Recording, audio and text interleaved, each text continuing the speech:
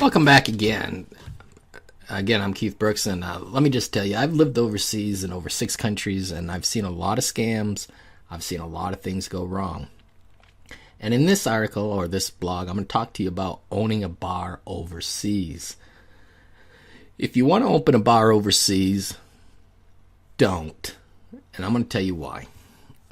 In some Southeast Asian countries, it's one of the biggest scams and the worst businesses ever to get involved in.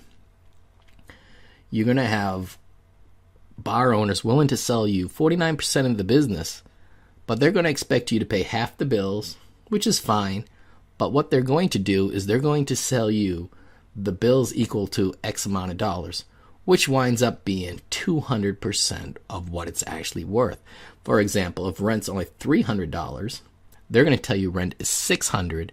That way, you have to pay the entire rent.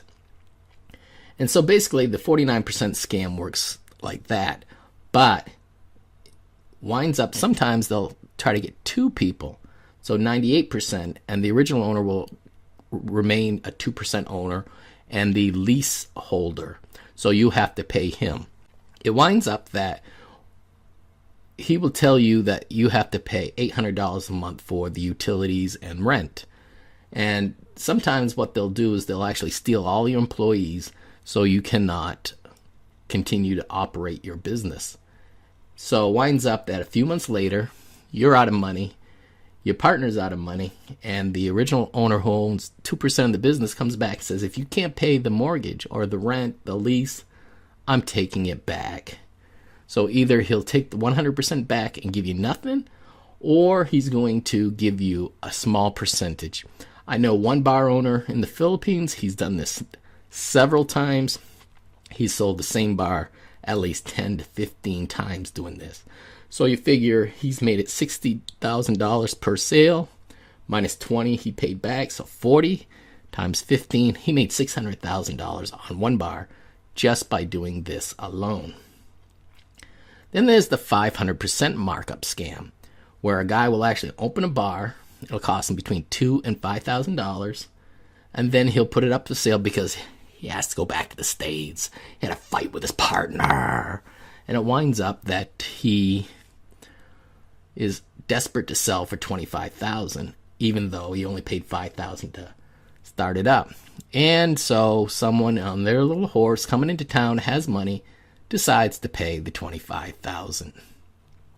When, in fact, all they had to do was look up and they could find out that they could open up a bar themselves for about $2,000 to $5,000.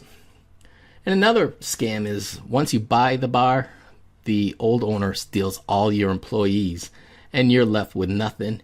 Your business license hasn't been renewed, hasn't been transferred over. You can't start your business for 2, 3, 4 months. And while this is going on, you still have to pay $800 a month for a lease.